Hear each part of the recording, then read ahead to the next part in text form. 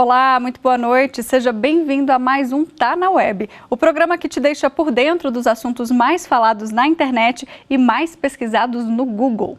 E no trend de hoje temos o termo vírus Marburg. Gente, é mais um vírus na praça. A Organização Mundial da Saúde convocou uma reunião de emergência ontem para tratar do surto do vírus Marburg na Guiné Equatorial. 9 pessoas já morreram por lá, né? Ele é um vírus de alta letalidade e aí o país declarou o estado de alerta sanitários. O vírus é da mesma família do Ebola.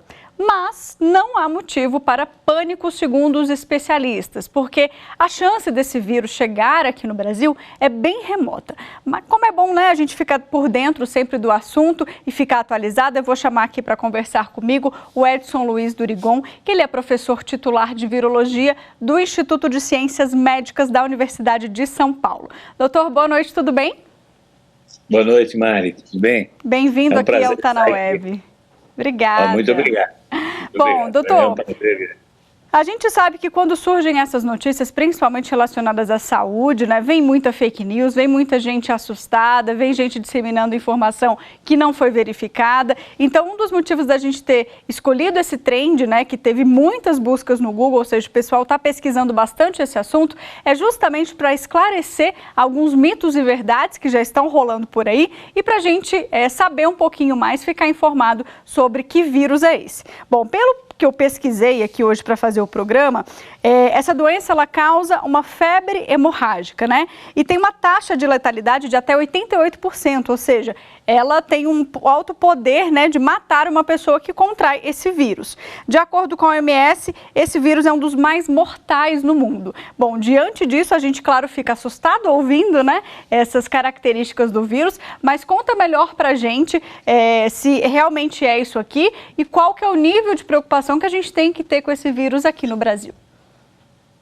Tá bom, Mari.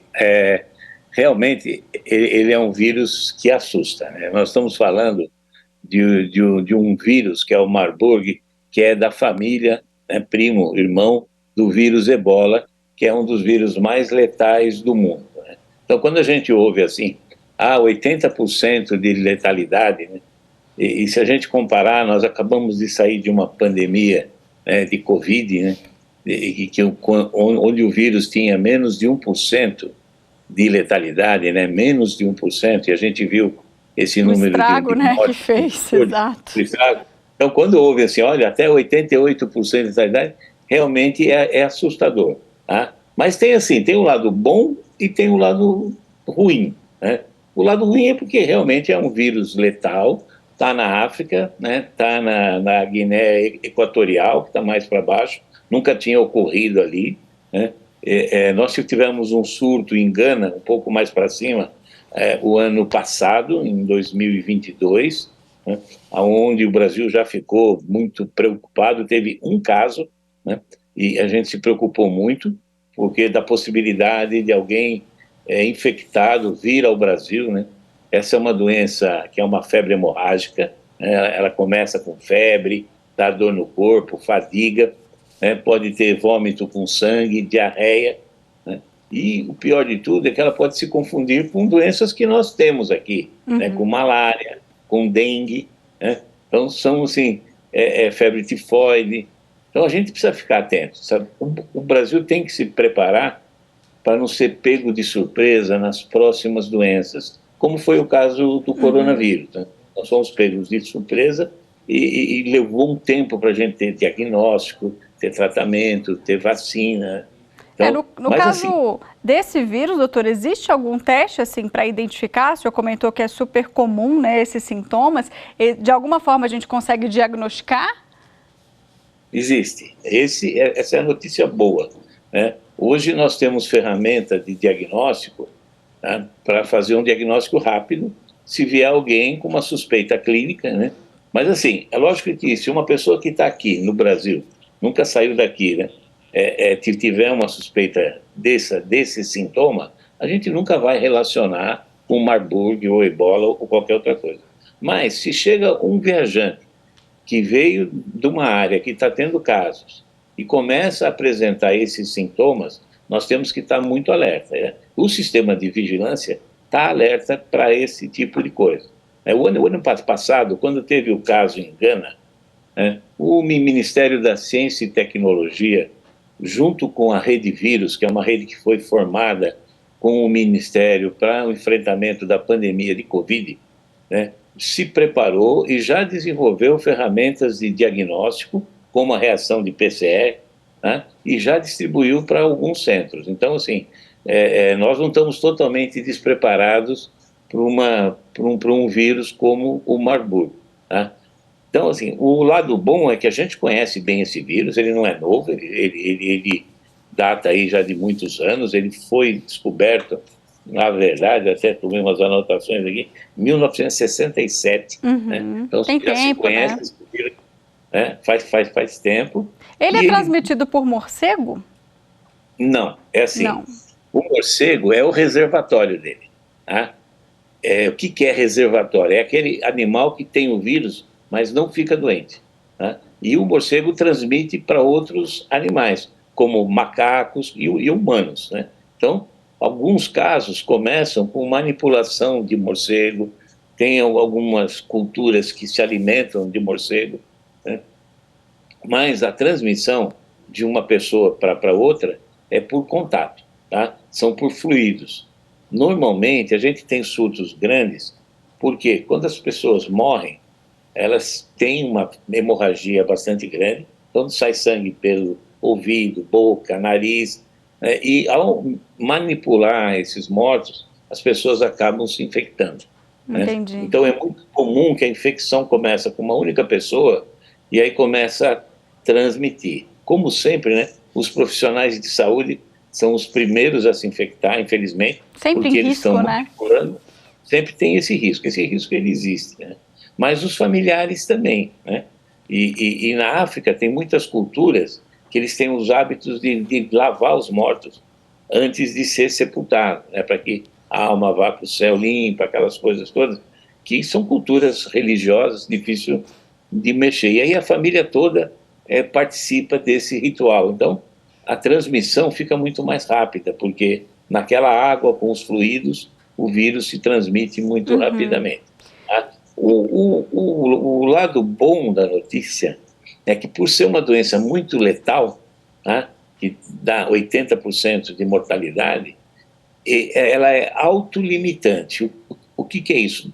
Vai ter casos, que nem agora na Guiné, está tendo aí, tem uns 16 suspeitos, já tem 9 mortes, mas a tendência é que isso aí se encerre rapidamente, porque é muito fácil você ver os casos, a pessoa se infecta e ela morre. Então, o tempo de transmissão passa a ser menor. Entendi. É lógico que nós nunca vimos uma doença dessa numa cidade grande. Então, se a gente pensar que o período que o indivíduo se infecta, para ele começar a ficar doente, pode levar até 10 dias, um indivíduo desse que está lá em Guiné, por exemplo, e que vai para a África do Sul para se tratar de alguma outra coisa e pega um voo e chega a São Paulo, por exemplo, que é uma cidade de 12 milhões de habitantes, é um risco muito grande.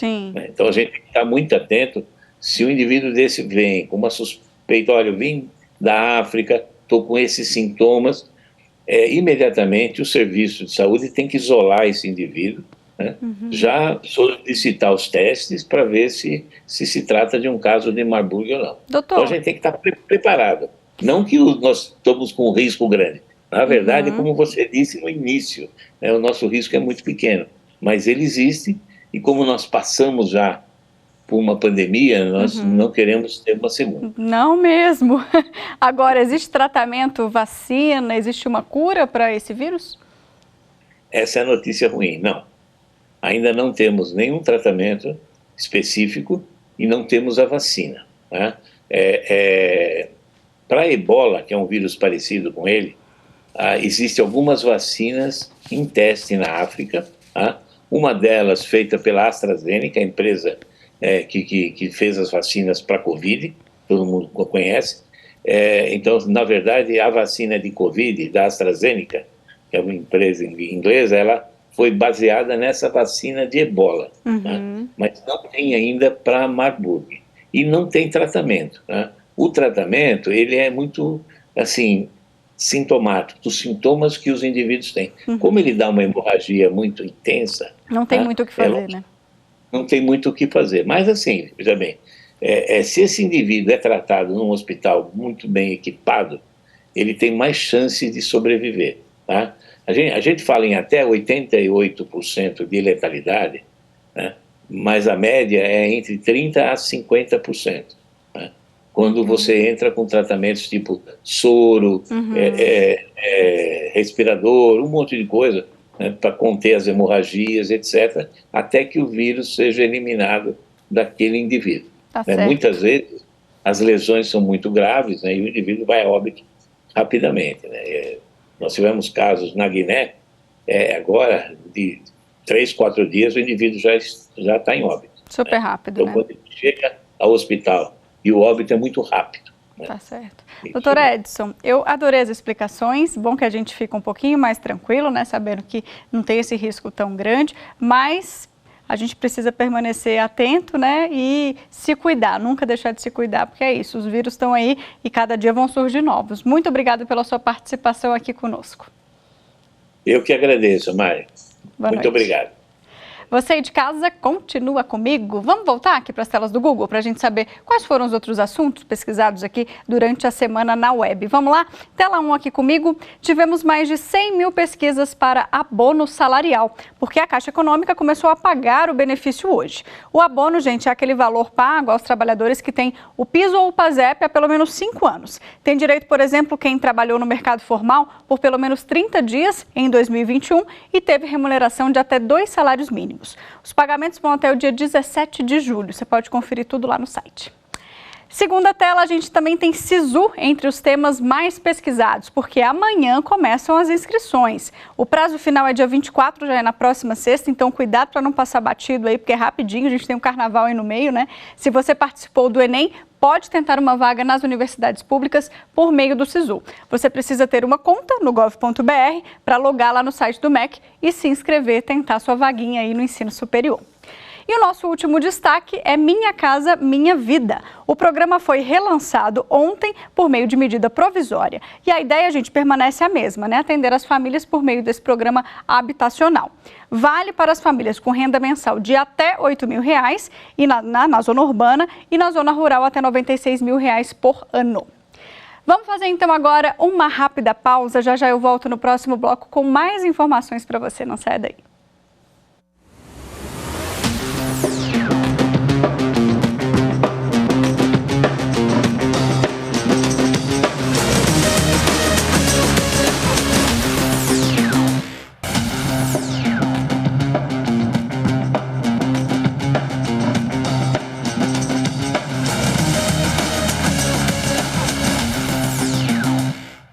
Já estamos de volta e agora no segundo bloco a gente aborda uma fake news que está circulando aí na internet sobre crianças estarem fazendo cirurgia de mudança de sexo. Vem entender.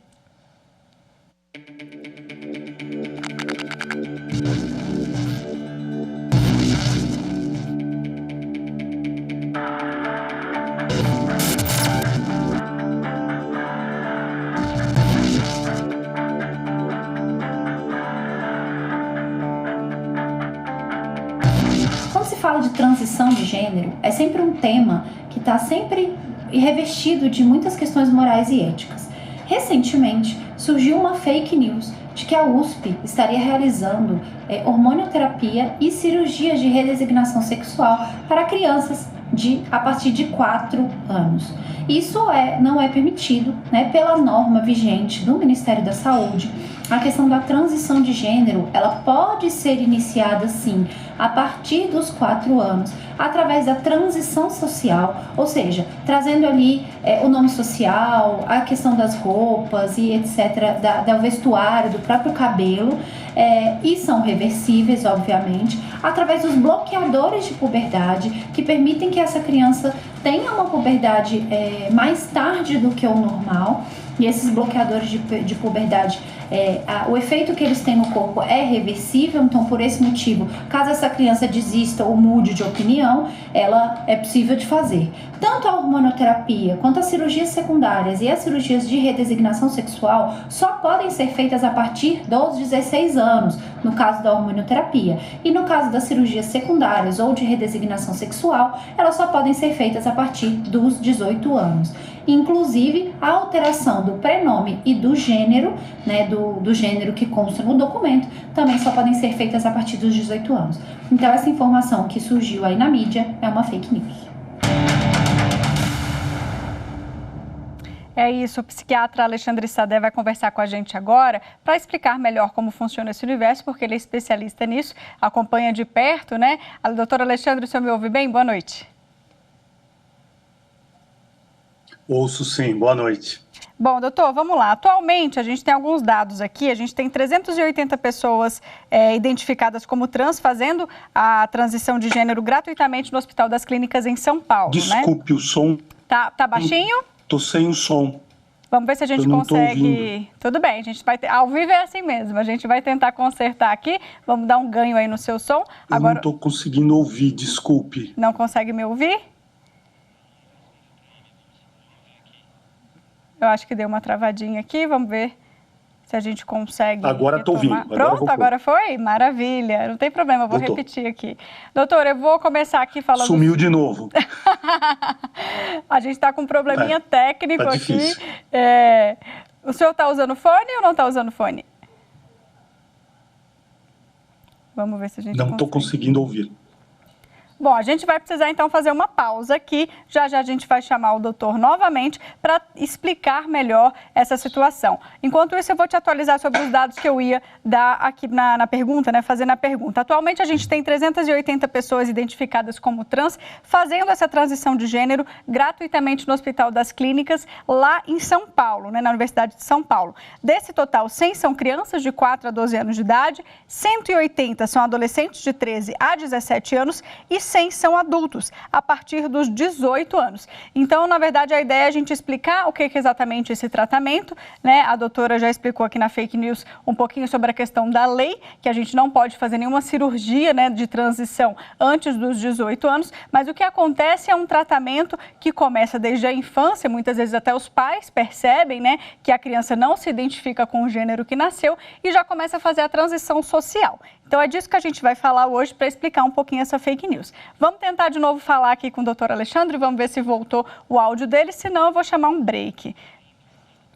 Podemos chamar um break então, diretor? Vamos tentar consertar aqui esse probleminha técnico e a gente já volta. Aguarda a gente aí, é um minutinho, tá?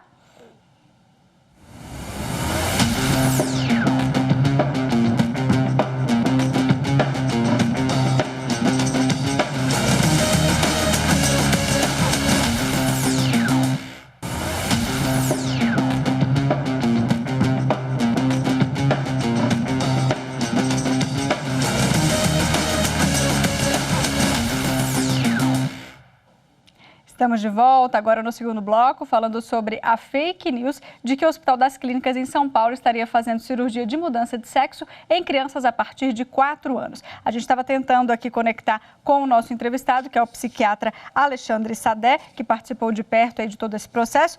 Vamos ver se agora ele consegue me ouvir. A gente já ouviu a explicação da advogada dizendo que, por lei, não é permitido, então, menores fazerem essa cirurgia de troca, né, de sexo. E eu queria saber, doutor, se existe alguma exceção. Há alguma exceção, né? De que forma que esses menores podem receber uma liberação para essa cirurgia? Há alguns casos excepcionais? Então, para crianças, nenhuma cirurgia é autorizada. Não existe isso de cirurgia em menor de idade.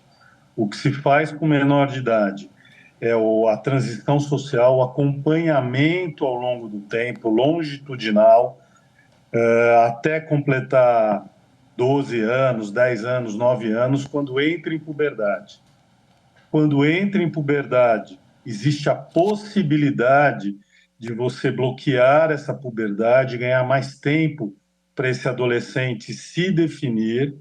Aos 16 anos, se suspende esse bloqueio da puberdade existe a possibilidade da hormonização e as cirurgias são feitas a partir dos 18 anos de idade. Antes disso, não existe essa possibilidade de forma alguma, porque as cirurgias são totalmente reversíveis, o que você tira, coloca, acrescenta, diminui, você não repõe, não tem como voltar atrás. A hormonização, ela é parcialmente reversível, e a transição social e o bloqueio da puberdade são totalmente reversíveis. Então, ao longo do acompanhamento dessa criança, desse menor de idade, você vai acompanhando, você vai vendo a evolução, o amadurecimento desta criança, deste púbere, deste adolescente, para tomar as medidas cabíveis. Transição social, transição hormonal ou a transição cirúrgica. A cirúrgica só depois dos 18 anos. Tá aí, então essa fake news foi mais uma vez desmentida aqui pelo psiquiatra. Não há possibilidade nem exceção de nenhuma criança fazer essa mudança, né, de sexo em cirurgia sendo menor de idade, apenas depois dos 18 anos. Doutor Alexandre, muito obrigada. A gente teve esse probleminha técnico aí, mas adorei essa resposta. Uma boa noite para você. Bom, e você aí de casa, não deixe de seguir a gente nas redes sociais. A TV Justiça está no Instagram, no Twitter, no YouTube e também no Spotify. Eu agradeço a sua companhia e na semana que vem a gente volta com mais um tema da web para você. Até lá!